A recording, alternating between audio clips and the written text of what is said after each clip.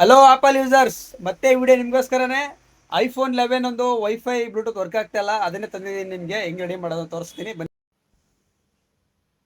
Wifi ಆಪ್ಷನ್ನ press ಮಾಡಿದ್ರೆ just ಅದು blue ಆಗ್ತಾ ಇದೆ, ಬಟ್ ಓಪನ್ ಆಗ್ತಾ ಇಲ್ಲ.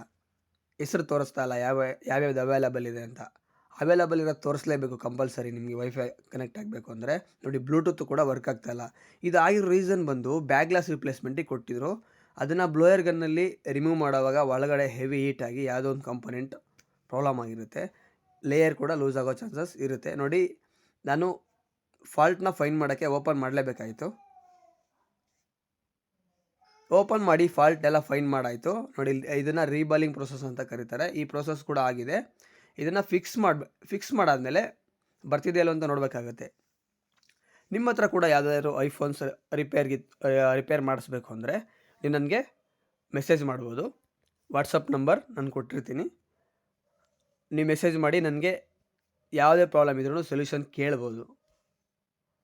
ಕೇಳಿ ನೀವು ಅದನ್ನು ಸಾಲ್ವ್ ಮಾಡಿಸ್ಕೊಳೋಕ್ಕೆ ಕೊರಿಯರ್ ಆದರೂ ಮಾಡ್ಬೋದು, ಇಲ್ಲ ನನ್ನ ಹತ್ರ ಕಳಿಸ್ಬೋದು ಯಾರ ಕಡೆಯಿಂದ ಆದರೂ, ಇಲ್ಲ ನೀವೇ ಬಂದು ರಿಪೇರ್ ಮಾಡಿಸ್ಕೊಬೋದು.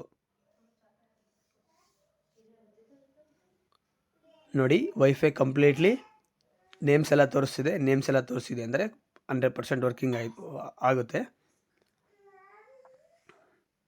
ನೋಡಿ, ಪಾಸ್ವರ್ಡ್ ಹಾಕಿದ ತಕ್ಷಣ ಕನೆಕ್ಟ್ ಆಗಿಬಿಡುತ್ತೆ. ಬ್ಲೂಟೂತ್ ಕೂಡ ನೀಟಾಗೆ ವರ್ಕ್ ಆಗ್ತಿದೆ. ಐಫೋನ್ 11 ಇದು. ಇದೇ ರೀತಿ ನಿಮ್ಮ ಹತ್ರ ಯಾವುದೇ ಕಂಪ್ಲೇಂಟ್ಸ್ ಇದ್ರೂ ನನಗೆ ಮೆಸೇಜ್ ಮಾಡೋದು, ಕಾಲ್ ಮಾಡೋದು ಮರಿಬೇಡಿ. Thank you for watching friends. Bluetooth ಕೂಡ ವರ್ಕ್ ಆಗ್ತಿದೆ. Thank you.